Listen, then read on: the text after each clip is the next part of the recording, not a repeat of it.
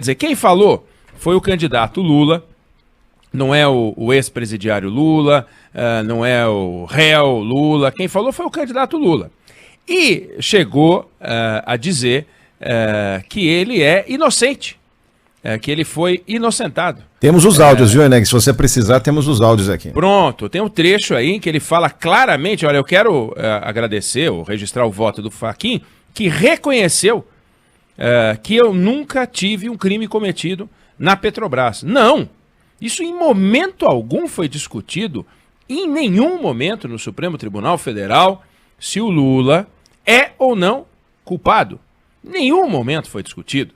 O que se discutiu ontem, o que se discutiu anteontem, primeiro anteontem, é se o juiz Sérgio Moro poderia ou não tocar o julgamento do Lula. E o nosso Fachin falou, não poderia. Para espanto da nação, 6 anos depois, ele descobriu que o juiz Sérgio Moro não poderia ter feito o que fez. O juiz Sérgio Moro foi lá, condenou, o TRF4 foi lá, condenou, o STJ foi lá, condenou, e aí 6 anos depois vem o STF e fala, não pode. E no julgamento de ontem, o que se discutiu é qual foi a condução do trabalho feito pelo Sérgio Moro. Ele fez tudo direitinho? Interferiu? Foi um juiz imparcial como deveria ter sido? E aí, a soma do Supremo é o seguinte, 2 erros não fazem um acerto. Se você não é o juiz natural, como disse o Fachin, e se você não age de forma independente, imparcial, você não comete o acerto que é prender um corrupto. Você comete um erro, que é obrigar o sistema de justiça a refazer o trabalho. Então, o que se viu no Supremo foi uma ordem para refação, não foi uma ordem de libertação e de inocência do Lula.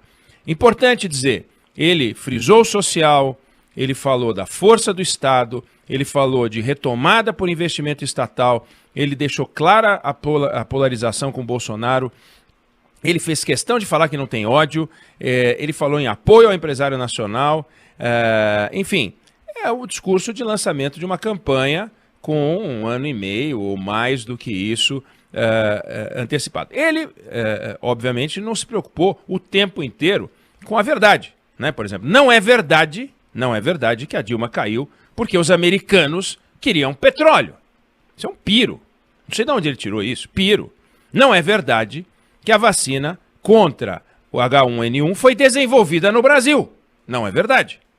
A vacina H1N1 é uma vacina de origem francesa, da Sanofi, que o Instituto Butantan fez com a Sanofi, o que fez com a Sinovac. Foi lá, fez um acordo e começou a produzir aqui. 10 anos depois, a patente foi liberada. O Brasil teve, aliás, patente liberada não, teve a transferência de tecnologia.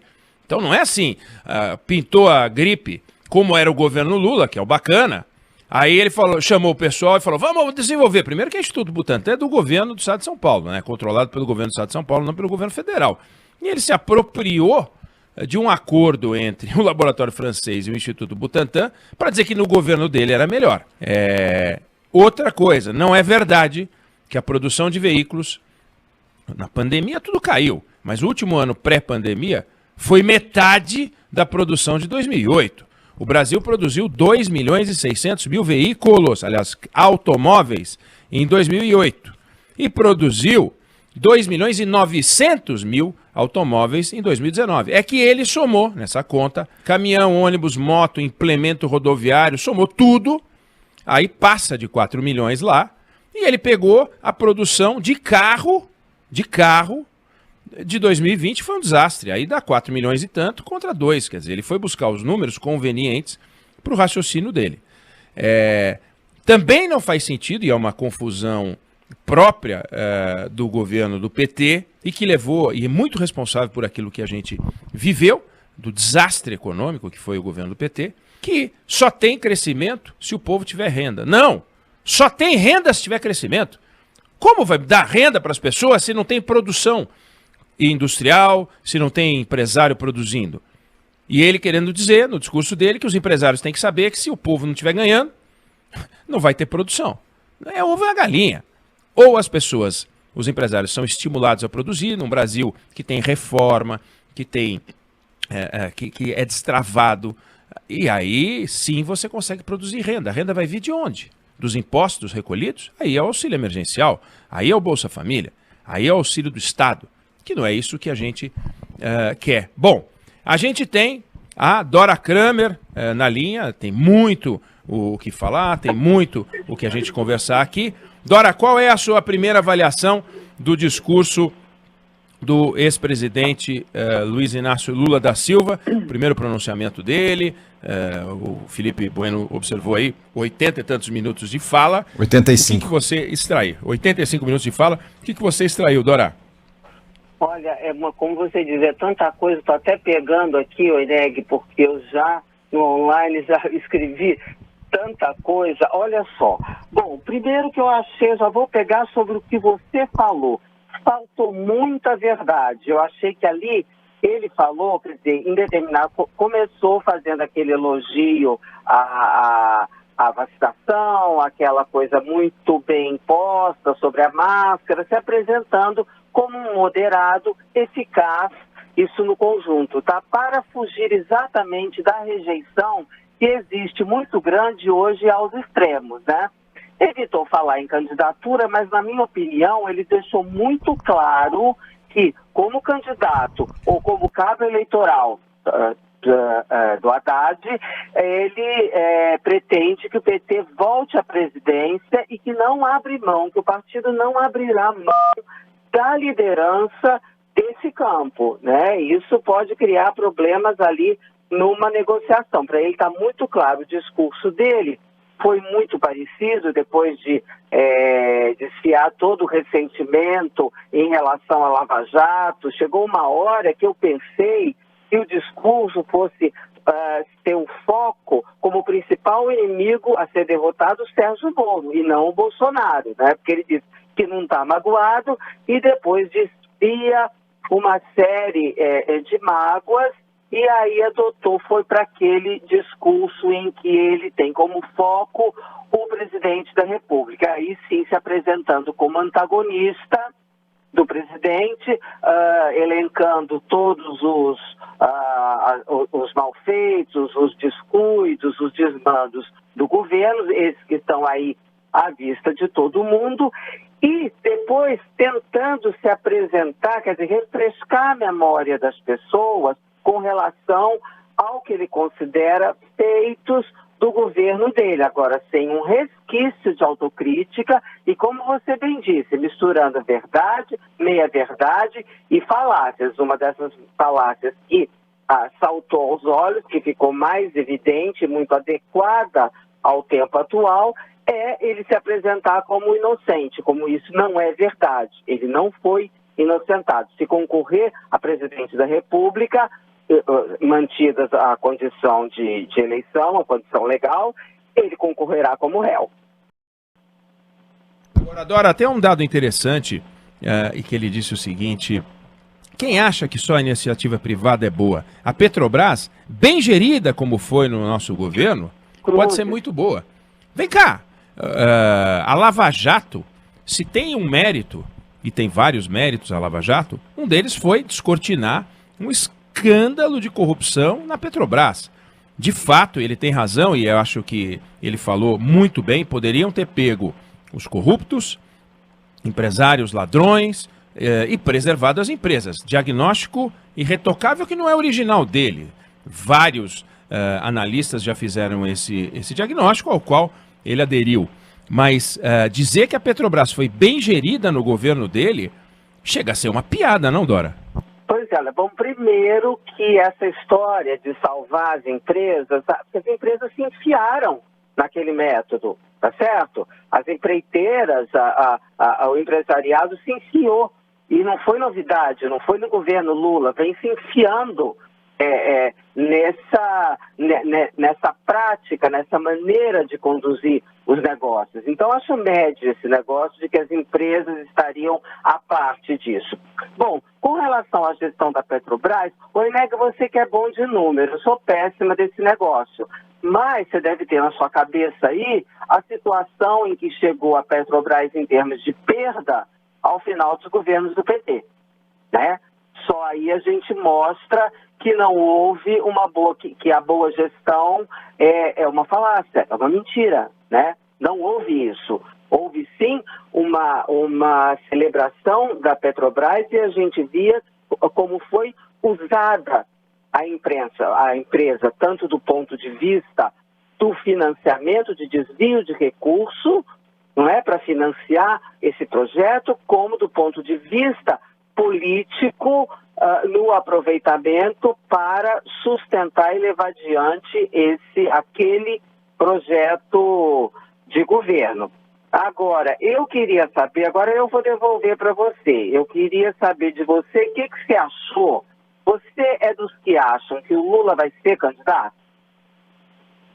Olha, essa é uma pergunta bem difícil de responder, quer dizer, é evidente que coisas podem acontecer. A gente não esperava na semana passada que a gente fosse estar vivendo esta semana. A gente tinha mais capacidade de analisar como seria a Covid essa semana do que como seria o Supremo essa semana. A gente nem sabia.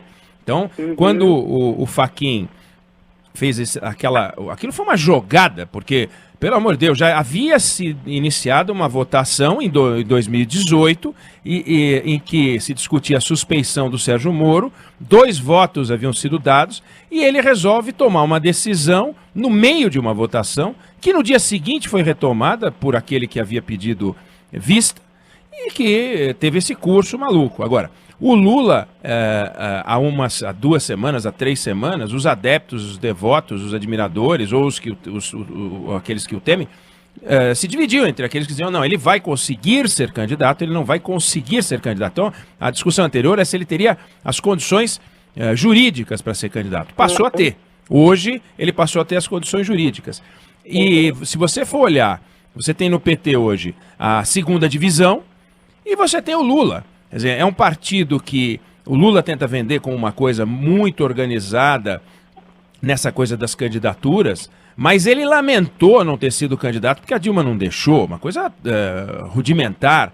E todo mundo quer saber o que ele tem para dizer. Fernando Haddad, durante a campanha de 2018, ia despachar na cadeia em Curitiba, com o Lula. Ué, o partido não é tão organizado assim? Então, qual é o nome no PT maior do que o Lula para disputar a eleição? Basta ver o que as pesquisas mostram. É o único nome que chega perto, ou em alguns cenários até passa um pouco, o Bolsonaro nesse momento. Vão chamar quem? A 2ª divisão?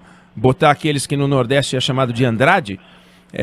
Vão botar o Haddad para disputar a eleição? Eu acho que o Lula quer ser candidato. Se as condições vão ser... Ele quer, ele falou, hoje não falou aquele cara que... Ele estava menos preocupado em dizer que era inocente, apesar dele ter dito, do que em falar contra o Bolsonaro, contra as armas. Ele construiu um discurso muito mais contundente contra o governo atual do que contra a Lava Jato. Como você observou na largada, não era o inimigo dele de hoje, não foi o Sérgio Moro. O Sérgio Moro foi um personagem secundário. O personagem central foi o Bolsonaro. Então, se o personagem central dele foi o Bolsonaro, ou ele quer que todo mundo imagine que ele vai ser candidato, mas depois na última hora não vai, aquelas jogadas do Ronaldinho Gaúcho, que olhava para a esquerda e jogava a bola para a direita, mas na minha cabeça não faz muito sentido. Faz sentido imaginá-lo, sim, candidato a presidente da República em 2022, se não houver um revertério jurídico, né? Pois é, mas a questão é saber se ele pode. Aí eu fico na dúvida se ele vai preferir passar para a história como um injustiçado ou vai correr o risco de passar como derrotado, porque as condições são muito diferentes de 18, muito mais diferentes ainda de 15 em 20 anos atrás, né? O país está mais difícil de administrar, o mundo está menos próspero, o PT já não é o mesmo, já não há aquelas condições de financiamento, a esquerda já não presta reverência. As pessoas vão às ruas para defender o Lula, não foram quando não havia pandemia e isso era permitido. Então, eu tenho dúvidas se ele terá condições objetivas. Por enquanto, as subjetivas têm, e a única variável a favor dele é a posição da pesquisa, mas essa não é a única que comanda uma decisão. Eu tenho dúvida, eu compartilho da dúvida mais por um lado de duvidar das condições objetivas do que de achar que ele vai de qualquer jeito. Um homem que foi presidente da República 2 vezes saiu com 80% de aprovação celebrado ao ponto das pessoas esquecerem que a Dilma foi legado dele, vai se arriscar a entrar numa disputa em que pode ser derrotado, e pelo Bolsonaro ou por um outro, acho difícil. Mas, enfim, hoje, para resumir o que eu achei, é o seguinte: ele falou, adaptou o discurso, ele era diferente daquele cara que fez aquele discurso quando saiu da prisão, né? Mais raivoso e tal, e hoje procurou se apresentar como um moderado preparado, ou seja, está com faro político em dia, porque adaptou o discurso ao momento atual. Dora, o Eneg, eu tenho uma parte da resposta à dúvida que vocês colocaram aqui com o Sandro Badaró. Tá falando é o Felipe Bueno. Oi, Felipe. Tudo bem, Dora? Tudo. Um beijo para você. O Sandro Badaró trouxe essa informação aqui pra gente agora. Exatamente. Logo depois do fim, né, desse pronunciamento do ex-presidente Lula, perguntas para jornalistas, e ele foi questionado, como não poderia ser diferente, sobre candidatura à presidência em 2022, depois de um discurso que em alguns momentos ele manifestou ali, de certa forma, uma possibilidade, uma intenção, falando em ir às ruas, conversar com o povo. Quando foi perguntado diretamente sobre a possibilidade de concorrer, disse que essa é uma decisão que será tomada mais à frente, citou outros políticos e a possibilidade de uma frente ampla. Imenso prazer lembrando que de anunciar ao Brasil que nós estamos pensando em 2022 e vamos discutir se vai ter um candidato de uma frente ampla, vamos discutir se vai ter um candidato do PT, mas aí eu acho que é para frente. Nós temos muita coisa para fazer antes de pensar em nós mesmos. A única coisa que eu penso é que o companheiro Flávio Dino, que o companheiro do PCdoB, que o companheiro Boulos, que os companheiros dirigentes sindicais andem esse país. É isso que eu espero. Agora, para discutir candidatura, eu acho que vai ser bem para frente que a gente vai discutir. Como ele fez durante o discurso, durante as respostas para o jornalista, em alguns momentos ele citou outros partidos, citou também integrantes do PT, como o candidato na eleição passada, Fernando Haddad, mas reforçou que decisão sobre candidatura, segundo o ex-presidente Lula, só no ano que vem. Tá aí para você.